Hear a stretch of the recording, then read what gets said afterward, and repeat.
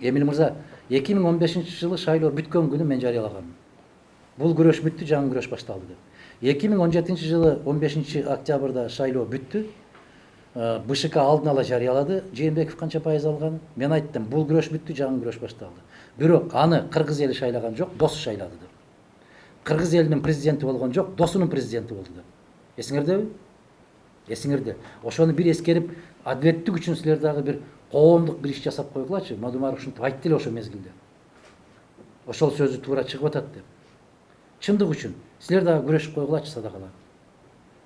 Бүгүн айтканымды кечээ архивден издесем жок. Себеп мен ошондо эскертип койгон экенмин. Ушуну сактап койгулачы деп. Жоготуп коет. КТРдин да башканын да жоготуп эле жалдырап эле карап туруп берет. Айттыңыз беле дегендей кылып жанагы чоочун дарбазаны көрүп калган торпокко окшоп жалдырап туруп беришет. Айткыла да ушуну айтылды эле. Айткан нерсе айткандай болду деп. Чындык могул жерде экен, чындык бул жерде экен деп. Кечээ баягы тарыхый ракурстардан карап РЕН-ТВ телеканалы көбүрөөк берет ушундайды. ЦТВ көбүрөөк берет. Россияда эмне деп айтылган, эмне болгон. Кандай деп айтты эле бир жыл баштап, бир жылдан кийин кандай болуп калды деп.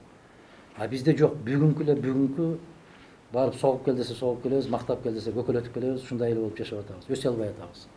Баарыбыз чогуу. Мен шайлоого даярмын. Шайлоо күрөш, бул мен жашоодагы негизги максат ошол күрөш. Күрөш бул мансапка жетүү эмес, баарын көргөнбүз. Күрөш мына ушул сөздөрдү баягы Чала Сабат жогорку кеңешке барып трибунадан айтсаң таасири көбүрөөк болмок. Эгер мыйзам жазууну билбей атса, мыйзам жазып бергенге биздин Кудайга шүгүр Мадумаровдун тажрыйбасы 4-5 гана кишиден тең келбесе, калбаса калган жеринен кем калбай турган тажрыйба бар. Бир ай ойлонуп жаза албай аткан мыйзамдарын Кудайга шүгүр биз 1 саат жазып бергенге тажрыйбабыз жетиштүү болуп калган. Мана ушул нерселерди ишке ашырсак деген аракетибиз бар. Көрүп туруп күйөсүн да.